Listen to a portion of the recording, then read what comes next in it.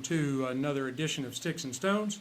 I'm your host, Brent Elrod, coming to you from the cozy confines here on the patio at the No Shoes Bar and Grill, deep in the heart of the Republic of Texas. I have another great matchup for you today, I hope. I'm pairing the Perdomo 20th Anniversary Connecticut with Barrel Bourbon Private Release. I think it's going to be a great matchup, so right after this we are going to pop the cork, cut the stick, and get to toasting. Now, the Perdomo 20th Anniversary, this particular stick is a Gordo, the country of origin, Nicaragua, from the Tabacalera Perdomo there in Nicaragua. The binder is Nicaraguan. The filler is a blend of Esteli, Condega, and Jalapa Valley tobaccos, and that is cloaked in an Ecuadorian Sumatra wrapper. This particular stick is a Gordo 6x60 on the ring gauge, and surprisingly, this Ecuadorian Connecticut wrapper has some flaws in it. I was looking over it right before we went live, and I'm kind of dumbfounded. It's not up to particular Perdomo standards. Now, if you saw my short a week or two ago, I got in a pack of 4 Perdomo cigars. So part of it could be the packaging, but for those of you that are watching on live stream, I'll also have some pictures of this posted a little later. Here's what the foot looks like. The wrapper has cracked and fallen away, exposing the binder in a small spot about the size of a pea or so, and then farther up the stick, there is a little bit more. It's like wrinkling in the leaf. I don't think it'll show up very well on camera, but I did take a picture of it. But then there is some significant flaws in the cap. Looks like where they I don't know, it just didn't do a really good job of putting the cap on it. I'm pretty surprised. This is not what I expected as far as Perdomo's normal quality standards, but we're going to go ahead and move on. It does have tight seams. They are visible. It has very minimal veining. I mean, there's not a lot of veining on this at all, but what there is very easy to see. And then it does have, as I mentioned, the double cap. And it's very nicely packed. There aren't any soft spots or overly hard spots in it. It's got just a little bit of give to it. Yeah, and it is, I mean, as you can see from, if you're on the live stream, it is a very beautiful light tan wrapper. And it is reminiscent of maybe more of the Cuban grown leaves. So hopefully it's going to burn very well for us. So let's check out the nose.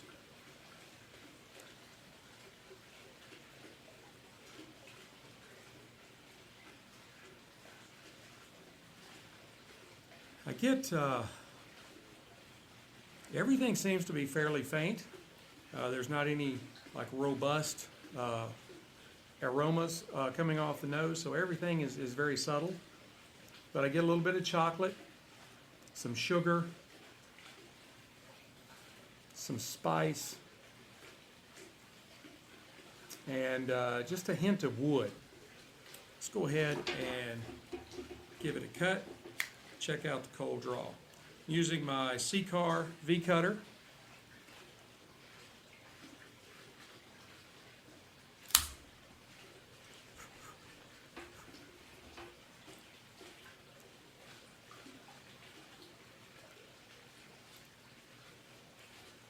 Now the wrapper is very, very smooth and silky on your lips.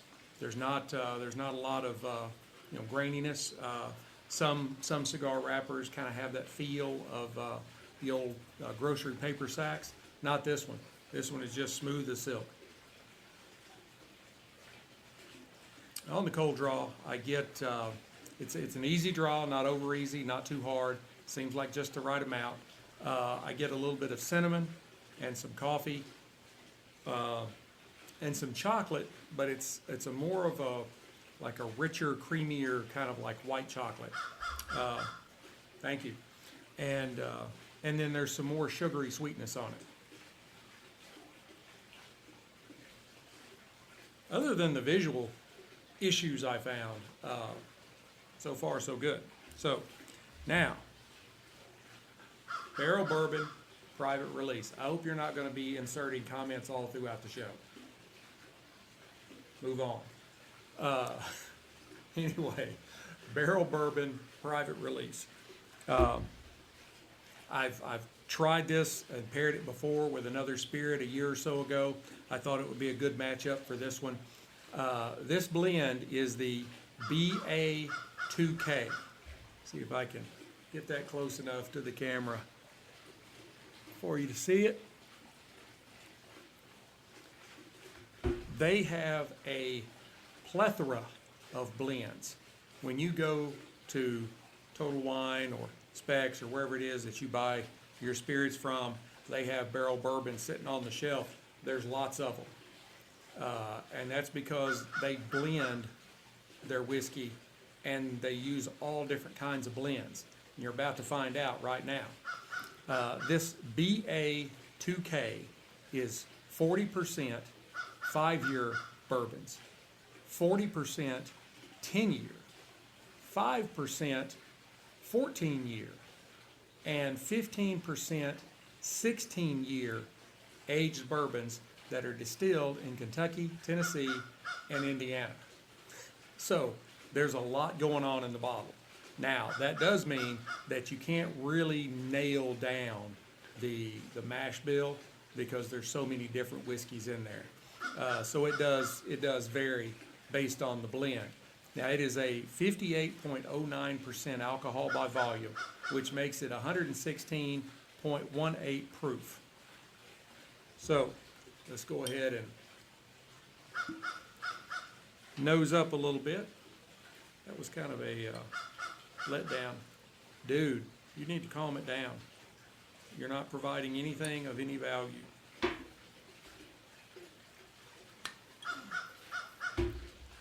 All right. Now, visually, those of you that are watching on live stream, you can tell this is just a beautiful, beautiful copper color, maybe what you might call it kind of a darker amber color. It's got really good legs. It clings to the glass really well. Doesn't seem to be thin at all. It's got really good viscosity to it. Now on the nose,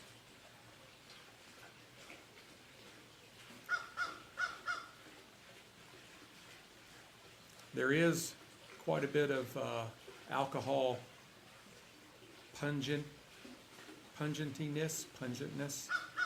something like that. But after you get past that, you get cherries and some cedar, a little bit of vanilla, and also some chocolate. Try not to stick my nose too far into the glass because the alcohol will just kind of take over. I mean, it's 116 plus proof, so it's got some heft to it. But yeah, I mean, it does have a really nice nose on it once you kind of get past the alcohol. So let's go ahead and give it a taste.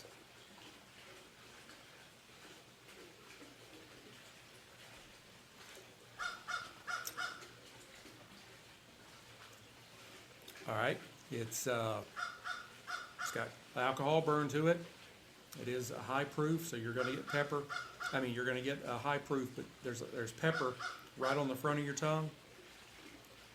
But then there's also some more cherries, kind of some butterscotch and honey.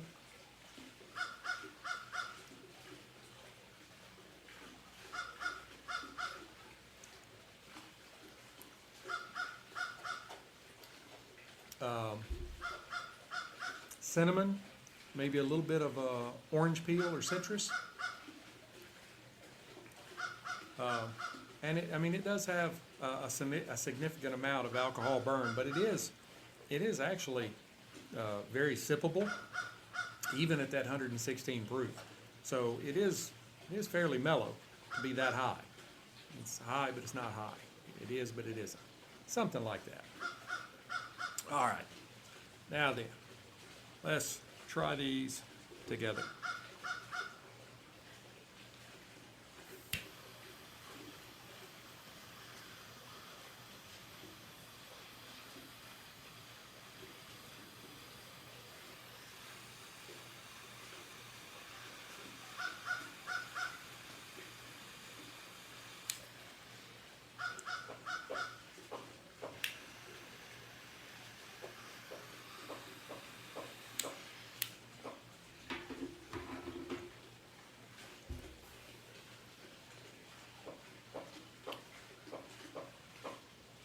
Everybody's conspiring against me today.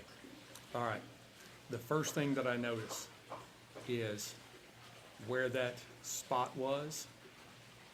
It actually kind of expanded out when the heat hit it. Very disappointed in the quality of this particular stick. I would need to smoke more of these to see if that's, if it was just the packaging, was coming in that 4-pack, or if it's something that's a little more inherent in the cigar. I'm hoping, and I don't think it's the latter, but I want to be honest about this.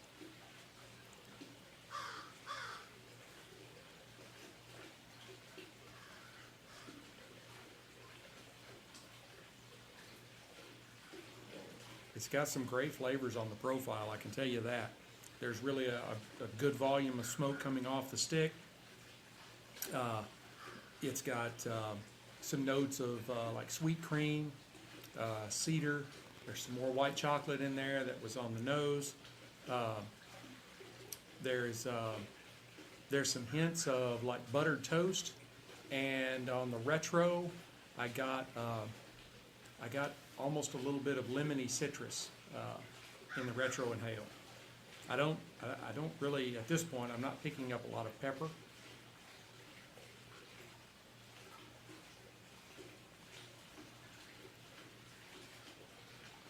It's got some really good flavors to it. This is, other than the visual construction issues that I've noticed, it is a very good stick.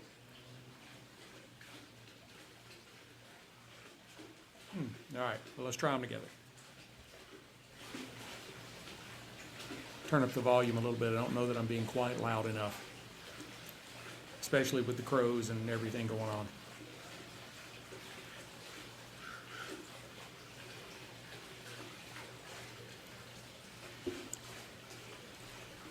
I will say,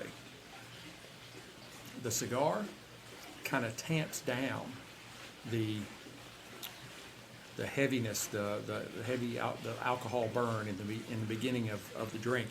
It does kind of smooth it out a little bit, and I think really enhances the flavor of the barrel bourbon private reserve. It's a lot to get out.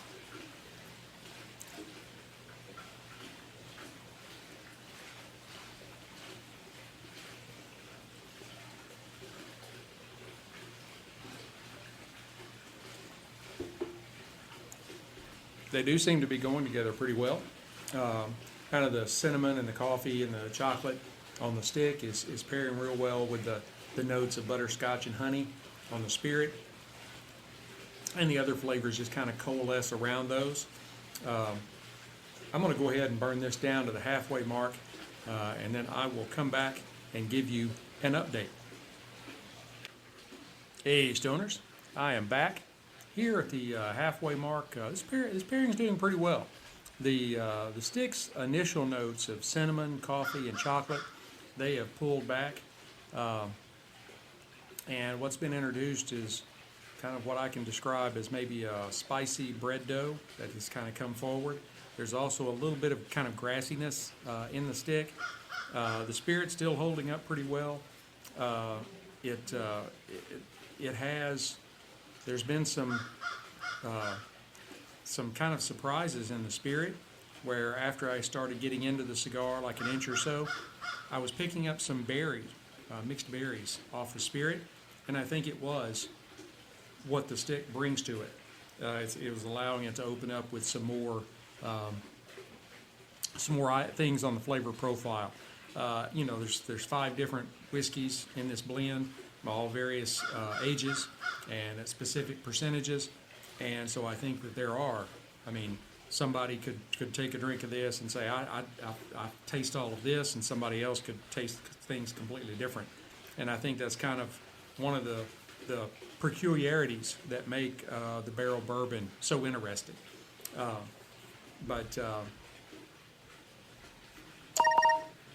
I'm going to, I'm sorry, the guy that keeps breaking in the background there, he's starting to irritate me, but I'm inside the city, I can't shoot him. So, but it has been a fairly pleasing pair to this point.